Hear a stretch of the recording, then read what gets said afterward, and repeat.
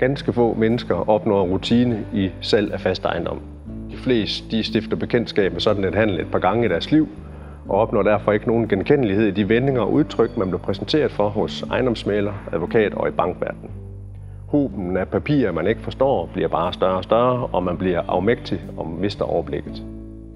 Fair Hussalg er stiftet i protest mod nutidens høje salær ved disse handlere. Fair Hussalg har en ideologi om at bringe gennemskuelighed, gennemsigtighed og bedre balance mellem ydelser og udgifter, der er ved disse handlere. Et salg gennem Fair Hussalg kræver et lille stykke arbejde af dig selv, men med øje for en besparelse på op mod 50.000 samt Fair Hussalg, vi guider dig fra starten af handlen til slutningen af handlen, så er det måske en lille overvejelse værd. Hos Fair Hussalg gør vi tingene lidt anderledes.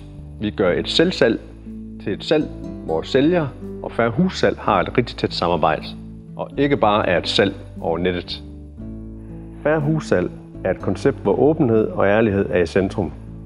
Med afsæt i mange af de baserende tv-programmer om boligindretning, beliggenhed, vurdering af pris med mere, har vi for øje, at betingelsen for et godt salg handler om at være på forkant med konkurrenterne. Et sundt og harmonisk look ude som inde er vigtigt for at pirre kundernes appetit, og her vil vi være skarpe og aktive.